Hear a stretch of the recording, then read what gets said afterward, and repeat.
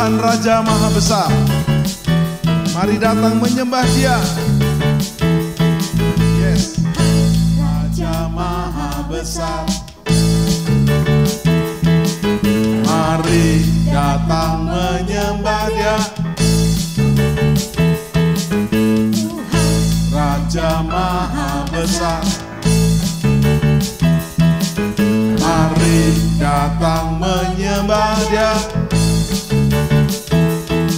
Yang mencipta dunia ini, yang membentuk gunung-gunung, kehadirannya datanglah, nyanyi bersyukur padanya. Dengan bersuka bernyanyilah, Dia untuk keselamatan puji Dia. Tuhan Raja Maha Besar.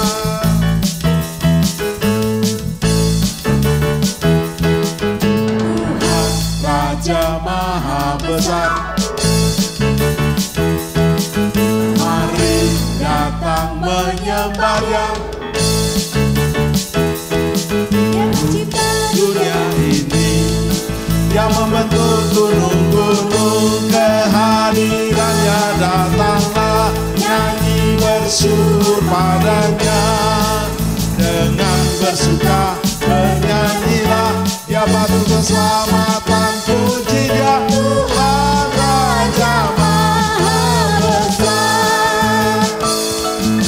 Dengan bersuka bernyanyilah, Dia patut keselamatan puji Dia. Tuhan Raja Maha Besar. Tuhan Raja Maha Besar.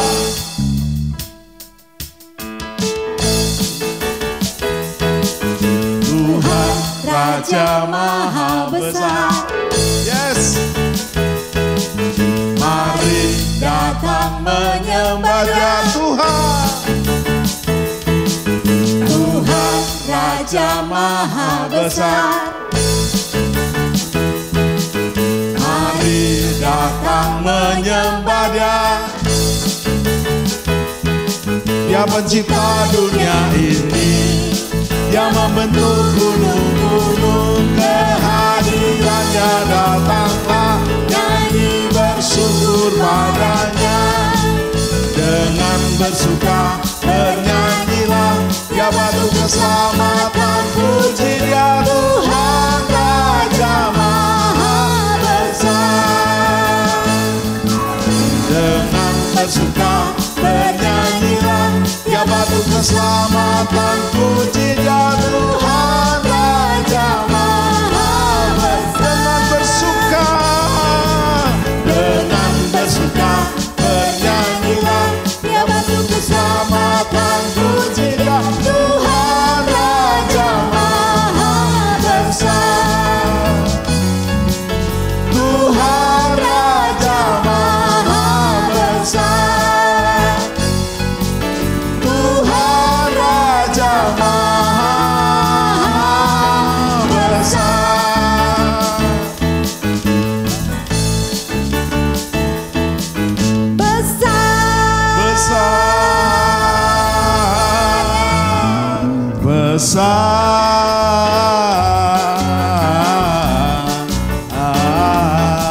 Besar,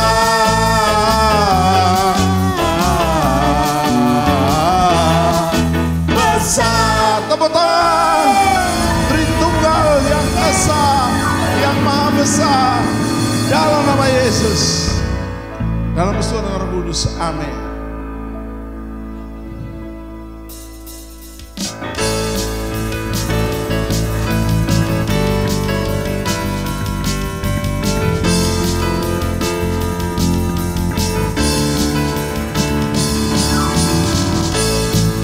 Ceritakanlah kemuliaannya di antara segala bangsa, dan perbuatannya yang sungguh ajaib di antara suku bangsa.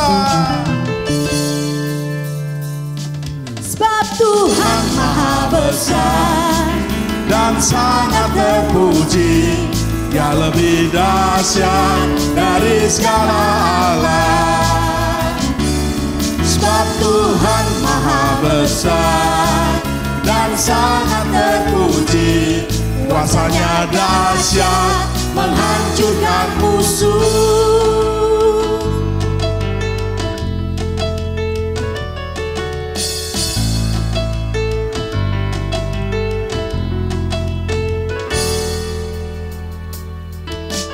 Ceritakanlah kemuliaannya di antara segala bangsa, dan perbuatannya yang sungguh ajaib di antara suku bangsa.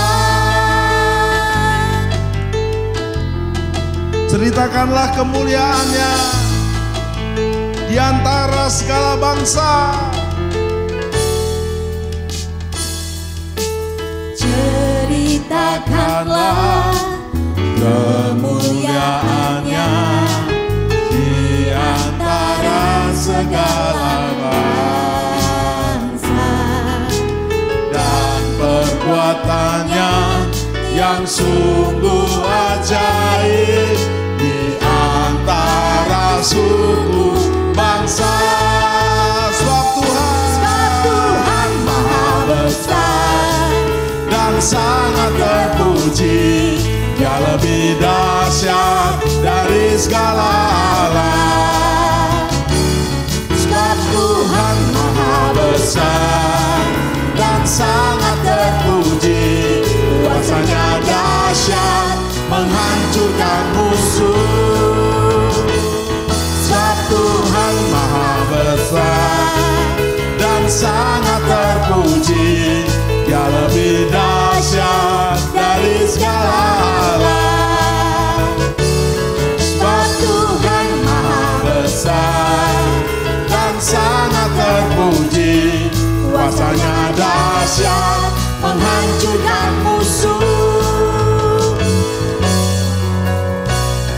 Besar dan sangat terpuji, Dia lebih dahsyat dari segala alam. Sebab Tuhan Maha Besar dan sangat terpuji, kuasanya dahsyat menghancurkan musuh. Kuasanya dahsyat, dahsyat, dahsyat, dahsyat, dahsyat, dahsyat, dahsyat menghancurkan musuh. Yes, kuasanya dahsyat menghancurkan musuh. Kuasa kegelapan iblis dikalahkan oleh darah anak domba dan kesaksian kita semua. Yes. Biarlah kita merayakan Allah kita yang maha besar, Tritunggal yang esa, Bapa Surgawi, Tuhan Yesus dan Roh Kudus. Kau Allah yang besar, ajaib dan mulia.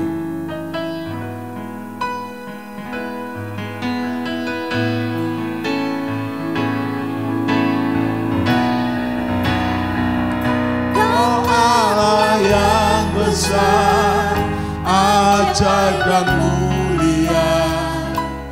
Kau Yesus yang selalu membuatku terpesona.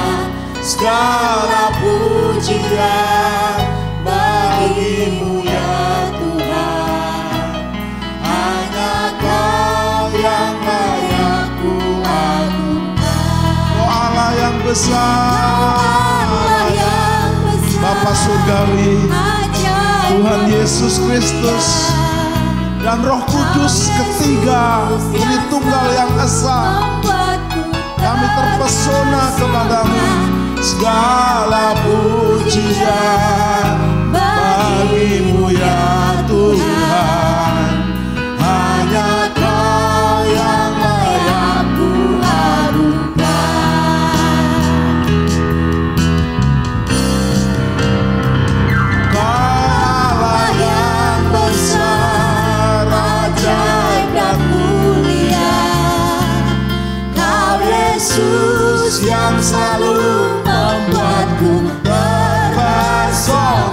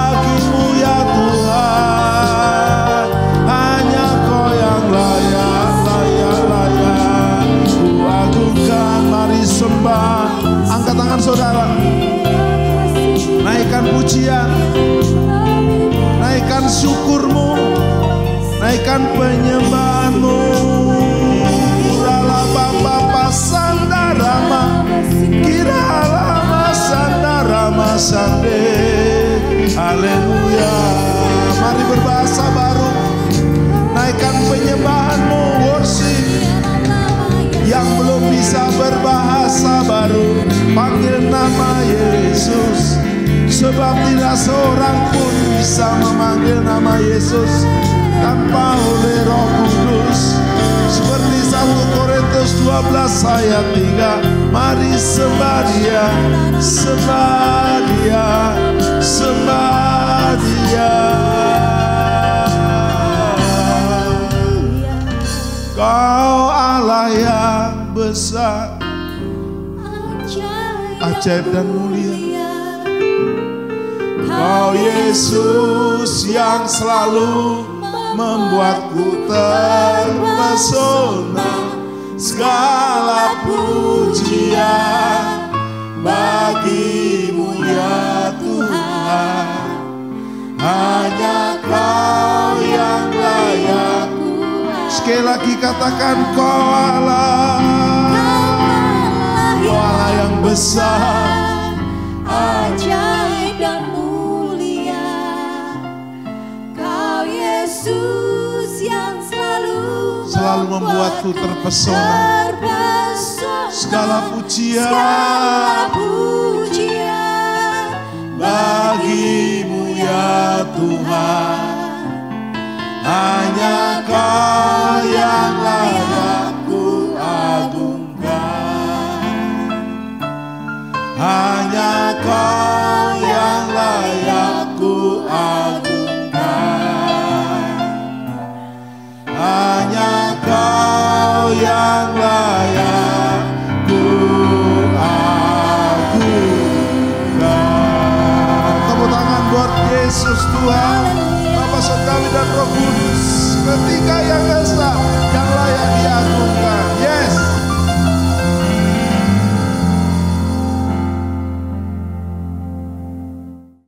Pujian ini Tuhan berikan sewaktu kami sedang Bible study tentang Wahyu. Tuhan, alangkah indahnya kalau kami bisa menyanyikan lagu-lagu langsung persis teks.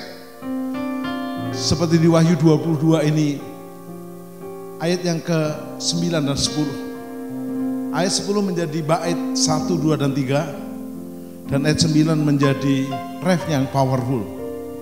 Biarlah saudara boleh bukan hanya menyanyikan, merenungkan. Berbahagialah mereka yang membacakan, mereka yang mendengarkan, dan mereka yang melakukan firman-Nya ini. Jangan memeteraikan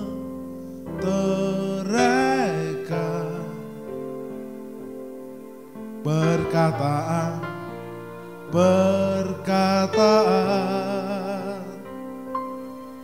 nubuat kitab Wahyu ini,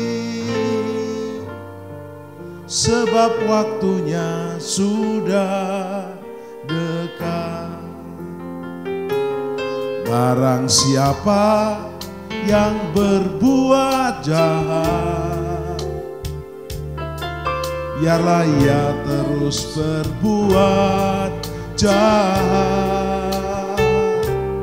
Barang siapa yang cemas,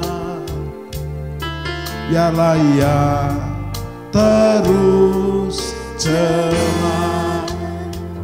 Barang siapa yang benar, biarlah ia terus berbuat kebenaran. Barang siapa yang kudus, biarlah ia terus menguduskan dirinya. Ku sembah Bapa Surgawi, ku sembah Yesus Kristus, ku sembah Roh Kudus,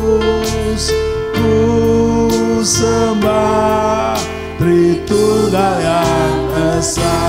Ku sembah Bapa surgawi. Ku sembah Yesus Kristus. Ku sembah Roh Kudus. Ku sembah Tritunggal yang ku sembah.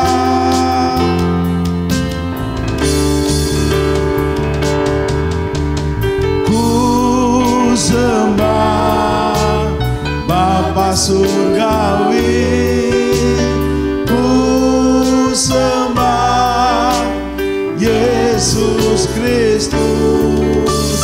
Ku sembah Roh Kudus. Ku sembah Tritunggal yang esa. Musik saja. Kekasih-kekasih Tuhan, Tuhan Allah yang maha besar itu, Allah Abraham, Allah Ishak, Allah Yakub, sangat agung dan besar. Bapa surgawi, Tuhan Yesus dan Roh Kudus, Tritunggal yang esa, bukan untuk dipermasalahkan.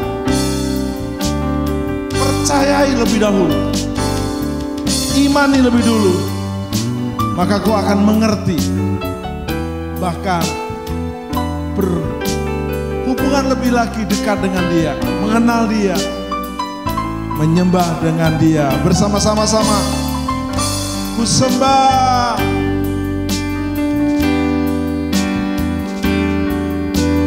ku sembah Bapa surgawi. Ku sembah Yesus Kristus. Ku sembah Roh Kudus. Ku sembah Tritunggal yang esa. Ku sembah Tritunggal yang esa. Ku sembah Tritunggal yang esa. Terima kasih Bapa surgawi, Tuhan Yesus dan Roh Kudus, Tritunggal yang esa. Amin.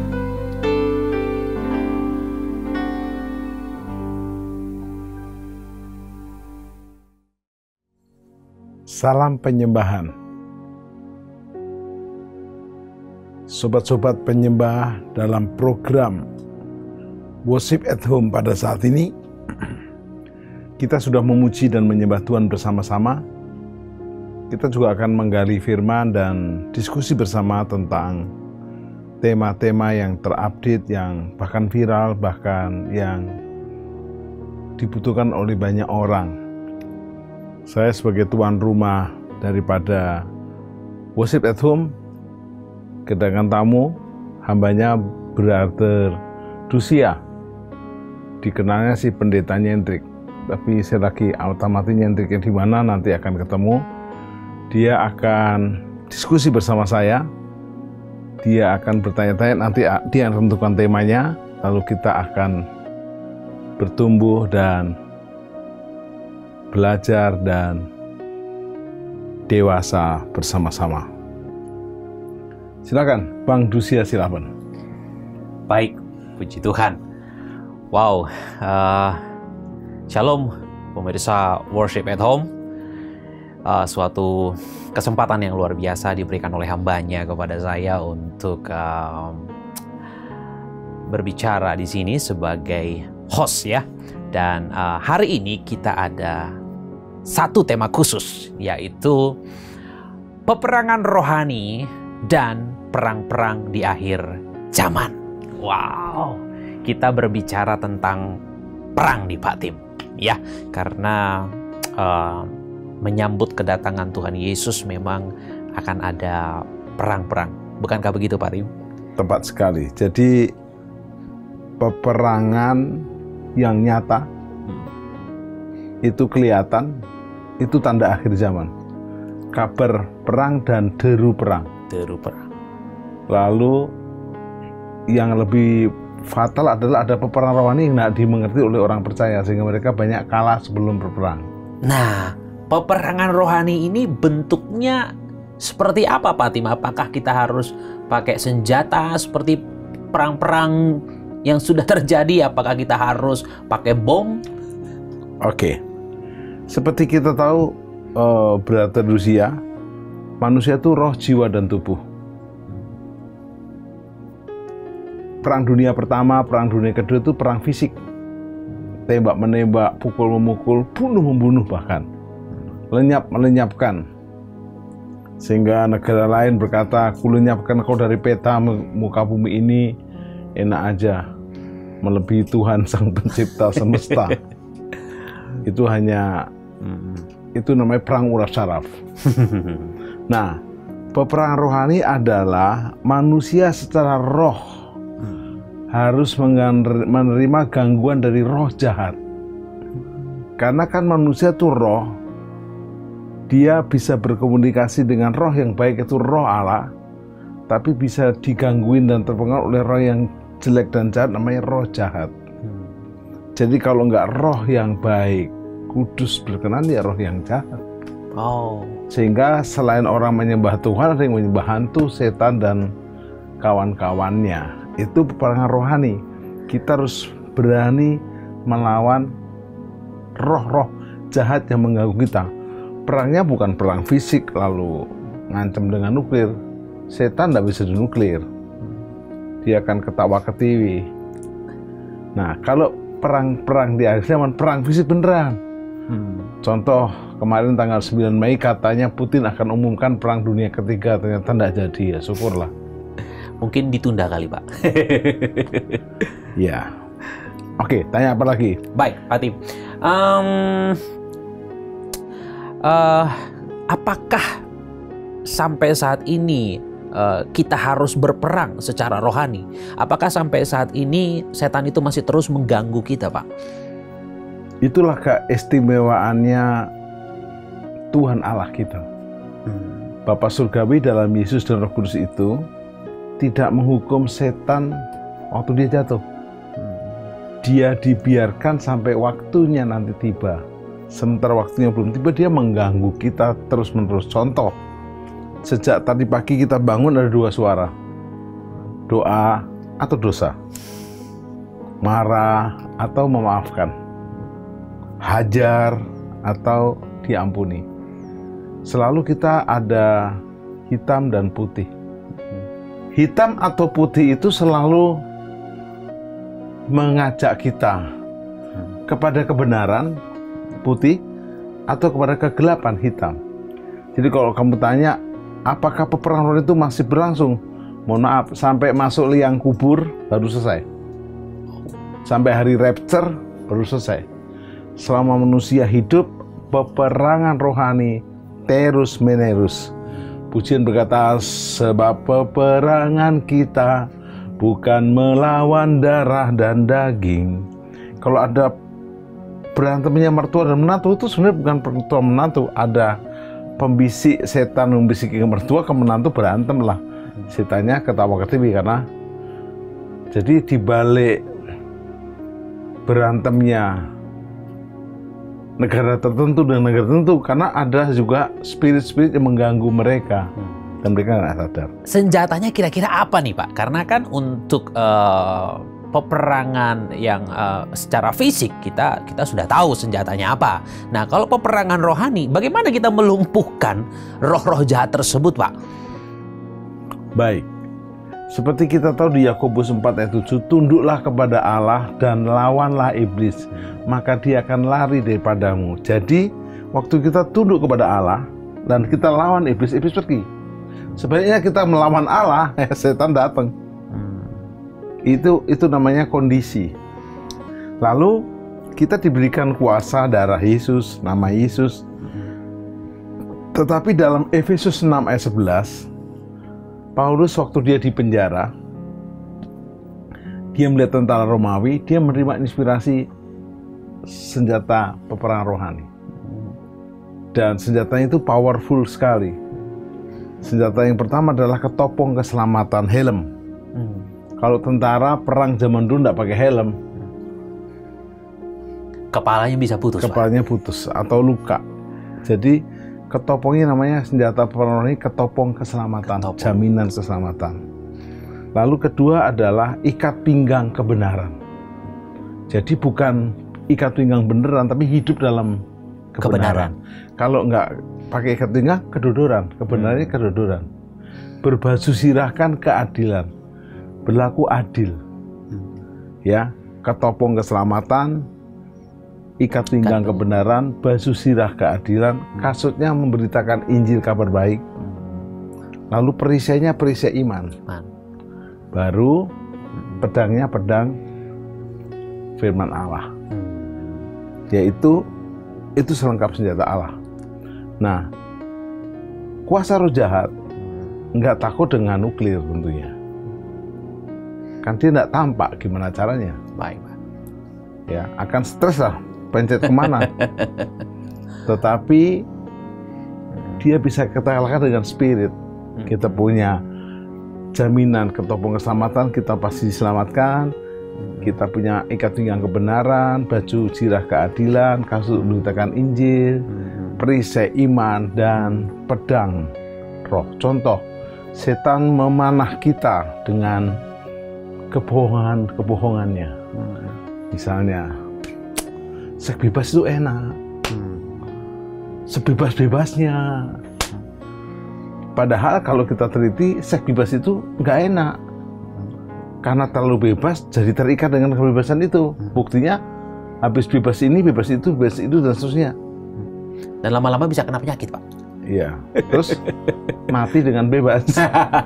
Di situ terjadi pembebasan. Jadi, saya ingatkan bahwa kita bisa melawan dengan iman kita. Misalnya lagi, oh nggak apa-apa, aborsi. Toh itu wajar dan beberapa negara mengizinkan. Lalu kita tahu kebenarannya, itu adalah pembunuhan. Sehingga kita nggak kalah dan seterusnya. Baik. Karena roh jahat ini tidak kelihatan, Pak. Nah, bagaimana caranya kita berperang gitu loh, Pak? Dari mana kita tahu dia sedang menyerang? Bagus. Jadi kan dia itu roh dan kita roh. Betul. Dan Allah itu roh. Contoh waktu kita menyembah Tuhan, Here I am to worship, Here I am to bow down.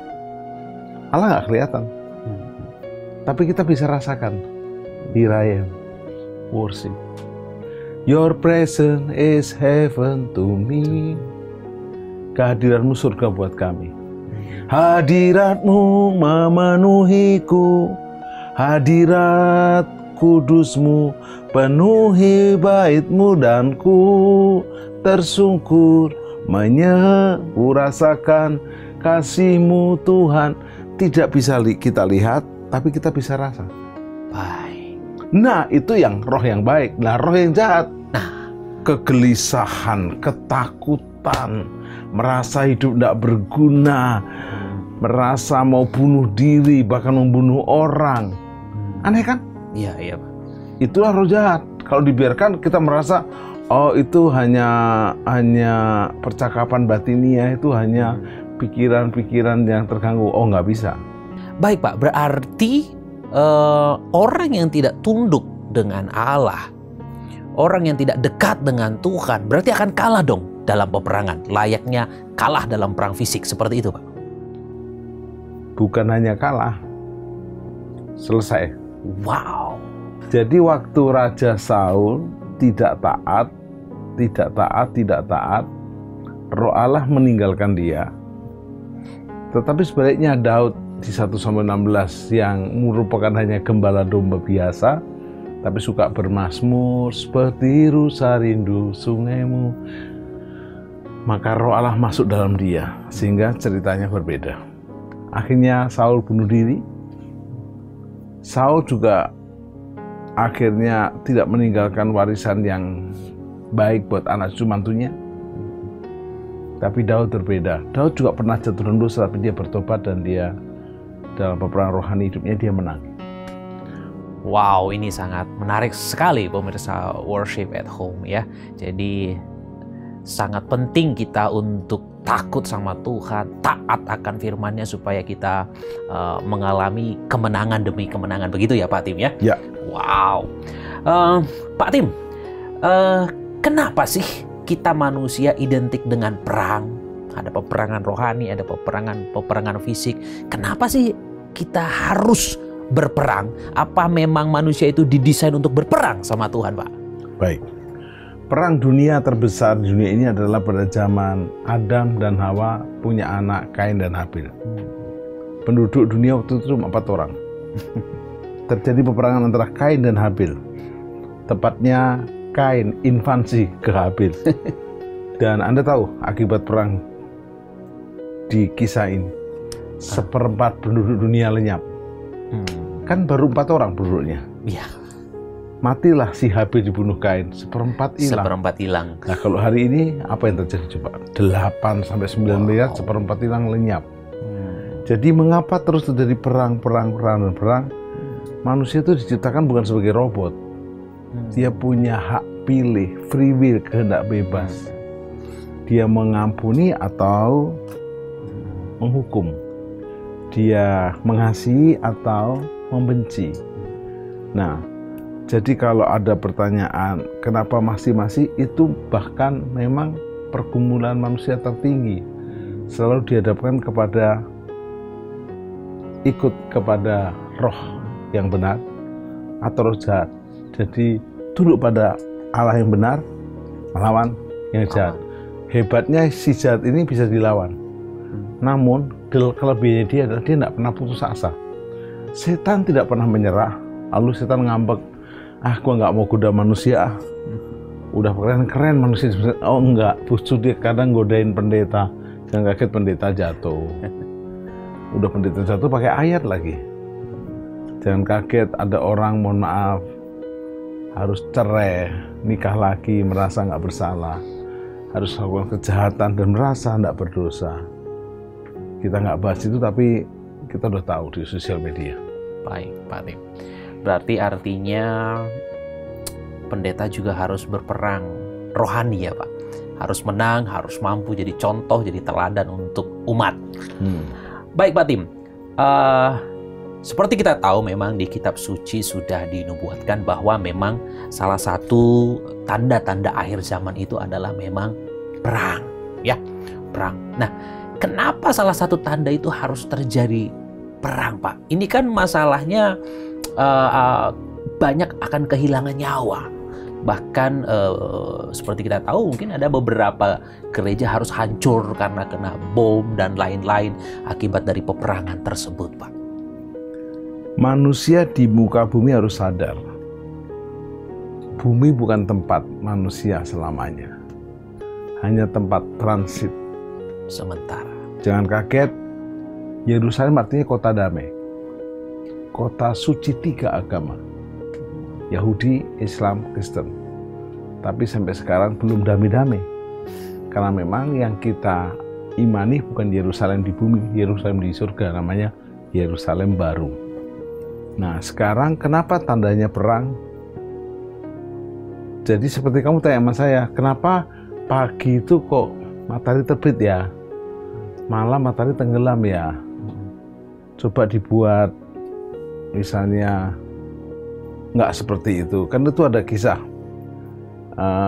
anak kecil di Papua main layang-layang, belum selesai lalu menjelang petang gelap, lalu dia bilang, "Bapak, kenapa matahari cuma 12 jam? Kalau bisa 24 jam terang terus, enak kita main layang-layang nggak pernah berhenti," kata papanya.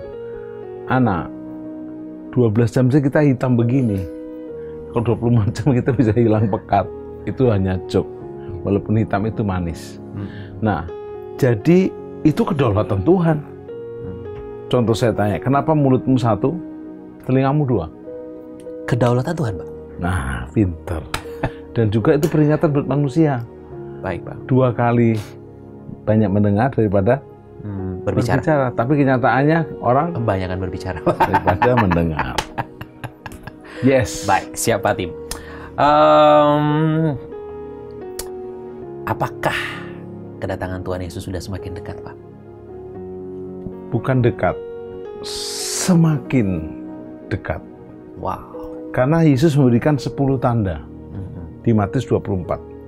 Jadi waktu Yesus mau rapture, mau naik ke surga, ditanya murid-muridnya, kapan kamu datang kembali? Yesus bilang, kamu nggak perlu tahu. Aku nggak tahu, kata Yesus, hanya Bapa Surgawi yang tahu. Tapi muridnya nggak menyerah. Kalau gitu tandanya apa dong? Keren kan? Jadi kalau ada pendeta tahu tanggal dan harinya, dia lebih sakti dari Yesus. Tetapi tandanya ada. Oh, itu pendeta masuk ke YouTube loh, Pak. Loh, mau masuk YouTube, masuk Instagram, mau masuk TikTok, sosial media manapun, apapun, bahkan masuk TV, kalau tidak sesuai firman Alkitab, tentu belum tentu benar. Nah, apa yang menarik? 10 tanda itu muncul nabi palsu. Banyak orang murtad. Kasih orang menjadi dingin, beku. Bayangkan, negara yang begitu besar banget. Sampai perbedaan jamnya, kita Indonesia kan WITA dan WIT. Negara Rusia itu perbedaannya 14 jam. Wow. Begitu luas. Tetapi bisa tetap problem dengan negara kecil. Hanya bisa diselesaikan di meja makan misalnya. Ngobrol, maunya gimana. Tapi ya itu tanda akhir zaman. Jadi perang nggak bisa dihindari. Perang dunia ke-1 nggak bisa dihindari terjadi. Perang dunia ke-2, perang dunia ke-3. Dan apa yang terjadi? Sementara ada perang-perang di nyata itu, ada perang rohani yang kita juga harus menangkan. Nah kalau kita nggak ngerti, kita diserang sama setan, dibodoh-bodohi sama setan. Medan pertempuran kita dengan setan adalah pikiran. Pikiran kita diserang. Nah, dari 10 tanda itu, 10 tandanya sudah. Sebelum pandemi hanya 9 tanda, termasuk sampar pandemi. Covid ini termasuk tanda akhir zaman. Iya. Kasih orang menjadi dingin, lalu banyak orang murtad, kelaparan, peperangan, deru perang, penganiayaan kepada orang percaya. Dan yang terakhir saya kaget, Injil ini akan diberitakan ke segala bangsa, menjadi kesaksian bagi semua bangsa. Injil kerajaan ini tiba waktunya. Sekarang melalui media, Injil diberitakan. Bahkan sementara kita tidur di sini, YouTube kita, Instagram kita, Facebook kita jalan menyampaikan firman. Dan bisa masuk ke rumah siapapun tanpa dihalang-halangi. Wow. Saya mungkin masuk ke suku tertentu dihalangi, tapi kalau dengan sosial media ini, wow. Jadi bukan dekat, semakin dekat sekali. Dekat sekali. Wow. Baik, Pak Tim. Bagaimana kita sebagai anak-anak Tuhan menyikapi kalau terjadi perang fisik, Pak? Karena kan akibat perang tersebut pasti ya kita banyak mengalami kerugian. Mungkin bisa terjadi kelaparan, kehausan, karena memang ya ini perang gitu loh, perang besar-besaran yang bisa mengakibatkan ya sistem pemerintahan atau apapun itu menjadi goyang, perekonomian, mata pencarian goyang. Nah, bagaimana kita sebagai anak-anak Tuhan di tengah-tengah goncangan seperti ini, Pak? Pasti kan banyak yang akhirnya meninggalkan Tuhan, pasti akhirnya banyak yang akhirnya, wah ini Tuhan di mana? Kenapa Tuhan tidak menolong? Nah, gimana Pak Tim? Jadi peperangan fisik di akhir zaman, perang di akhir zaman, itu memang nggak bisa kita hindari. Bahkan nanti puncak dari perang di akhir zamannya adalah perang Gog Magog dan perang Armageddon.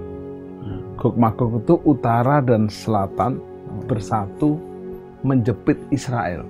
Wow. Sebenarnya sementara tidak melibatkan Israel, aman tentram semuanya. Karena Israel jamnya Allah.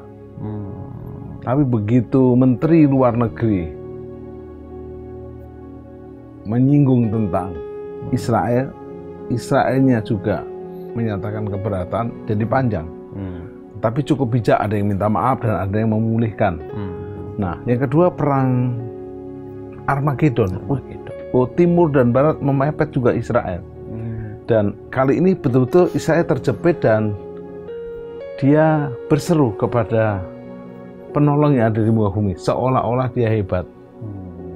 Dia ternyata bukan hanya hebat, tapi dia licik dan dia adalah antikris. Wow. Nah, karena itu sekarang kita tidak perlu kaget, tidak perlu bingung lalu linglung, tetapi kita pelajari firman. Baik. Sikap kita bagaimana? Menang dulu dalam peperangan rohani kita. Tunduk pada Allah, lawan iblis dengan selengkap senjata Allah, ketopong keselamatan, ikat pinggang kebenaran, bersusila keadilan, kasut kerelaan memberitakan Injil, perisai iman, pedang roh. Dan kalau kita menang, kita nggak perlu takut minta hikmat Tuhan. Pak, boleh nggak ngungsi? Nggak apa-apa. Kalau ada kesempatan mengungsi, mengungsi. Nah, kalau kita jadi prajuritnya harus perang, ya lakukan sebisanya, semaksimal mungkin. Tetapi kamu bukan lalu emosi, balas dendam. Karena intinya adalah kita memang harus menghadapi pertempuran itu. Contoh, orang yang belum menikah, peperangannya ada sendiri. Orang udah menikah, peperangan ada sendiri. Anak kecil, ada orang sendiri, dan seterusnya. Orang kaya ada peperangan sendiri, orang miskin apalagi. Semua peperangan, yaitu perjuangan antara ikut Allah, tunduk pada Allah atau melawan iblis, itu terjadi. Sehingga kita harus berani maju dan berperang. Seperti lagu ini, ku menang bersama Yesus Tuhan. Yesus pun berperang. Begitu dia puasa 40 hari 40 malam, iblis datang. Jadikan batu ini menjadi roti. Saya balik tanya kamu sekarang gantian. Yesus bisa nggak menjadikan batu jadi roti? Sangat bisa. Kenapa nggak bisa? Karena posisinya lagi berpuasa, Pak. Jadi kalau menjadikan roti gagal dong, batal puasanya. Itu boleh. Pak. Itu mode pendetanya ente salah. Kalau itu dijadikan, maka sekarang orang ibadah ke gereja bawa batu semua.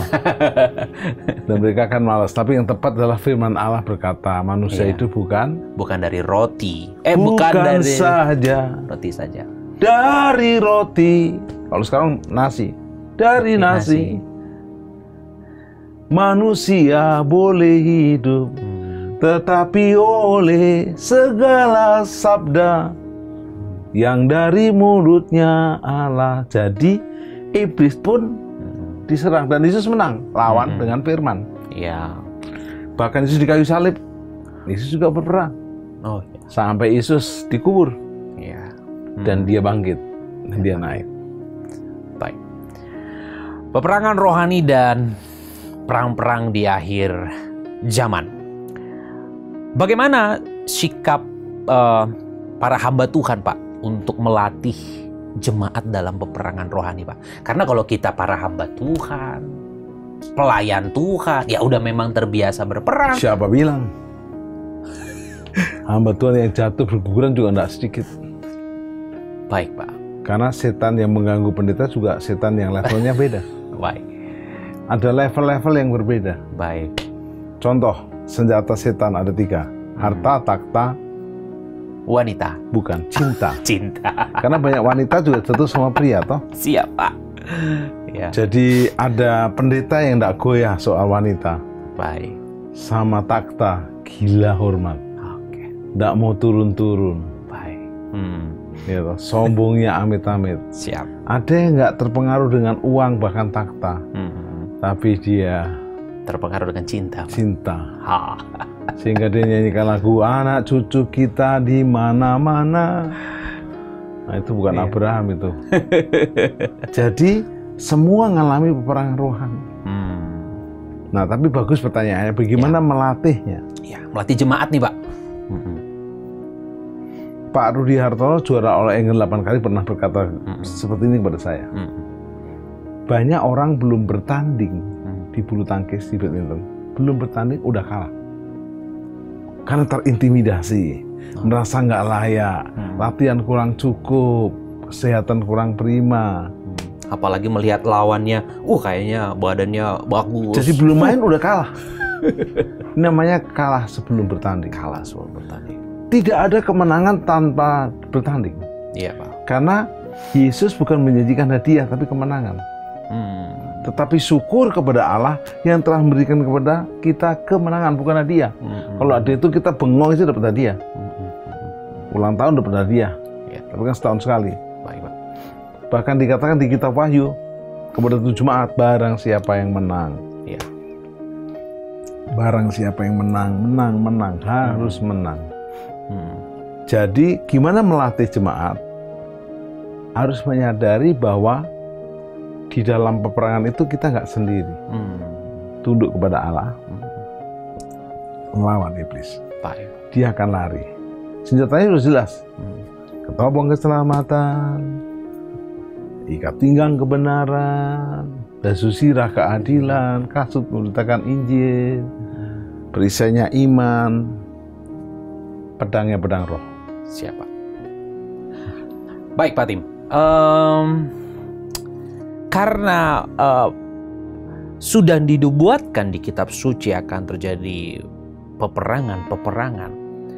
Apakah kita boleh Pak mendoakan supaya perang bisa segera berakhir? Karena kan seperti kita tahu ketika perang berakhir pasti banyak tuh doa-doa khusus para hamba Tuhan, gereja-gereja, mari kita berdoa. Boleh nggak sih kita mendoakan Pak? Karena kan sudah dinubuatkan sebenarnya. Nah, gimana Pak? Ini tidak bisa dijawab secara langsung, boleh nggak boleh. Tidak boleh jika kita lalu berkata, dalam nama Yesus berhenti perang. Nggak bisa, perang itu tanda akhirnya akhir zaman. Jadi, tapi juga nggak boleh bilang, perang terus. Yang terbaik nyanyi lagu ini. Kerajaanmu datanglah, kehendakmu jadilah di Ukraina, di Rusia, di Eropa, seperti di surga. Jadi kita hanya berdoa biar kerajaan Tuhan datang, yang ngungsi ketemu Tuhan, yang perang juga ketemu Tuhan. Tepatnya bukan perang kali ya, Rusia invasi ke Ukraina. Nah, jadi hari-hari ini kita harus mengerti bahwa kemenangan itu harus kita hadapi dengan perjuangan. Baik Pak. Tidak ada orang dapat juara tanpa bertanding. Jadi Pak Rudi Hartono tadi berkata, kita harus sebaliknya, menang sebelum bertanding. Sepertinya saya menang deh. Juara 1 sampai juara 6 dia masih oke. All England. Iya Pak. Kan dia maestro 8 kali. Tapi yang ke-7 gak mudah karena umur sudah tua. Musuhnya anak muda, bahkan orang Indonesia sendiri. Maka dia hanya berdoa, Tuhan, saya minta 1 angka aja Tuhan. Dia merasa udah menang sebelum tanding. Menang saya. Dia mulai dapat 1. Dia gak minta 15 waktu itu. Dia minta 1 aja. Dapat 1, minta lagi 1. 2, dan menang. Baik Pak. Perang dan perang terjadi, bahkan tidak ada habis-habisnya. Sudah ada perang dunia pertama, perang dunia kedua, iya. Sedang deg-degan menunggu perang dunia ketiga. Artinya terus menerus berlanjut sampai hari ini, dan itu memang adalah tanda bahwa memang kedatangan Tuhan Yesus sudah semakin dekat. Nah, bagaimana kita menyambut kedatangan Tuhan Yesus Pak? Apa yang harus kita siapkan? Peperangan nyata di akhir-akhir zaman tidak bisa kita bilang berhenti. Minimal didoakan untuk tidak merambat kemana-mana, menyebar kemana-mana. Tetap kehendakmu yang jadi. Contoh Anda berdoa gini, Bapa surgawi, kami minta matahari tidak terbit di timur, tapi terbit dari utara. Ya, Anda doa gitu boleh, tapi Anda harus tahu nggak akan dijawab. Tapi yang berdoa, Tuhan biar matahari menyengat siang hari ini, tapi tetap ada awan yang menaungi kami. Kan beda ceritanya. Iya, Pak. Jadi nggak melawan hukum Tuhan juga. Bukan. Jadi waktu kita sungguh-sungguh mengerti kebenaran ini, maka kita menyerahkan perang di akhir zaman ke dalam tangan Tuhan. Kehendak-Mu yang jadi, bukan kehendak-Ku yang jadi. Doa Yesus ini, kehendak-Mu jadi, kehendak-Mu jadi. Biar ada penuaian, ada lawatan Allah, ada keselamatan. Nah, sementara kita mendoakan mereka, kita sadar bahwa kita ini ada dalam perang rohani. Kalian pikir yang udah punya suami nggak ada perang rohaninya? Waduh, bisa lihat wanita lain lebih cantik, tergoda atau tidak, maka kita harus perang. Enggak, yang paling cantik istri saya. Menang itu namanya. Iya, Pak. Atau sebaliknya, godaan untuk korupsi, godaan untuk bohong, tidak jujur, dan menyikut sini, menyikat sana. Jadi supaya menang, dimulai dengan tunduk kepada Allah, lawan iblis dengan selengkap senjata Allah, lalu jangan mundur untuk mengizinkan setan datang lagi. Kelebihannya setan adalah dia bisa datang lagi dan dia tidak pernah putus asa. Sehingga ada lagu datang lagi gitu. Iya. Nah, kalau kita nggak ngerti, ya udah capek kita. Usir lagi. Dasarnya di dalam Yesus dia akan pergi. Wow, dahsyat luar biasa. Pemirsa Worship at Home, saya percaya kita semuanya diberkati dengan tema khusus kita hari ini ya, tentang peperangan rohani dan peperangan-peperangan di akhir zaman. Kita manusia memang identik dengan perang ya, jadi berjuang dan kita harus menang. Kalau mau menang, kita harus terlatih untuk berperang. Kita harus tunduk sama Allah, kita harus pakai perlengkapan senjata rohani dan lain-lain. Pak Tim, Ya. kita sudah berada di penghujung daripada program ini. Di ujungnya ujung. Nah, apa kesimpulan tema kita hari ini, Pak? Atau ada pesan-pesan khusus yang mau disampaikan kepada pemirsa Worship at Home? Baik. Sekarang saya ke Dusia dulu. Baik, Pak. Kamu ngalami nggak peperangan itu sekarang? Ngalamin, Pak. Sebagai seorang pelayan Tuhan, gembala, sangat mengalami, Pak. Memang setan itu tidak kelihatan, tapi pekerjaannya kelihatan gitu loh, Pak. Kita bisa merasakan sehingga, wah ini lagi serangan nih. Kita harus jaga-jaga nih, kita harus doa nih cepat-cepat nih. Kalau enggak, tumbang. Seperti itu, Pak. Jadi seperti kesadaran yang dirasakan oleh Brother Dusia, kita harus sadar. Sadarlah dan berjaga-jagalah lawan musuh iblis seperti singa yang mengaum-ngaum. 1 Petrus 5. Jadi iblis itu sudah seperti singa, tua. Mengaum-ngaum. Kenapa mengaum? Udah ompong, udah kalah di kayu salib. Dia hanya bisa mengaum-ngaum. Tapi kalau nggak ngerti dia ompong, tetap takut. Tapi kita ngerti, lu ompong doang, ya, lu mengaum-ngaum doang. Jadi kalau kesimpulan yang boleh saya berikan kepada pemirsa at home, sadarlah dan berjaga-jagalah. Lawanmu si iblis seperti singa yang mengaum. Daud waktu menghadapi singa, dia lawan. Tapi dia tunduk kepada Allah lebih dulu. Setelah sadar, Anda tunduk pada Allah. Pakailah ketopong keselamatan, jaminan keselamatan. Ikat dengan kebenaran di dalam kebenaran. Basuh sirah keadilan hidup seadil-adilnya. Kasut kerelaan beritakan Injil kabar baik. Perisai iman, pedang roh. Maka Anda akan berkemenangan setiap hari. Ingat, roh yang ada pada kita jauh lebih besar dari roh apapun. Dan bilang, ini Pak Pendeta, setannya sangat besar. Ya, dia setannya boleh besar, tapi Tuhan kita jauh lebih besar. Sehingga ada lagu, Yesus terlebih besar, Yesus terlebih besar di dalamku, di dalammu, selama-lamanya tunduk pada Allah. Lawan musuh, lawan iblis. Mohon maaf, musuhmu bukan mertuamu atau menantumu, bukan besanmu, bukan tetanggamu, tetapi musuhmu kuasa kegelapan, roh jahat, penguasa di udara. Tangking dalam nama Yesus, pakai perisai iman, pakai pedang roh. Mari kita berdoa. Terima kasih untuk tamu kami, Bang Lucia, yang mewakili pemirsa telah bertanya-tanya tentang peperangan rohani dan perang-perang di akhir zaman. Perang-perang di akhir zaman bukan bagian kami, itu tanda akhir zaman. Tapi kami terus menang dalam peperangan rohani kami. Untuk kami tunduk pada Allah. Kalau ada di antara kami yang belum bertobat, belum menerima juru selamat, ampuni dosa kami. Kami menjadikan Yesus juru selamat dan Tuhan kami. Kami dan seluruh rumah kami diselamatkan. Yang sakit kami disembuhkan, yang lemah kami dikuatkan, mengalami terobosan, breakthrough, mujizat. Bahkan kami siap untuk berkemenangan dengan tunduk kepada Allah dan melawan iblis dengan selengkap senjata Allah. Ketopong keselamatan, ikat pinggang kebenaran, baju sirah keadilan,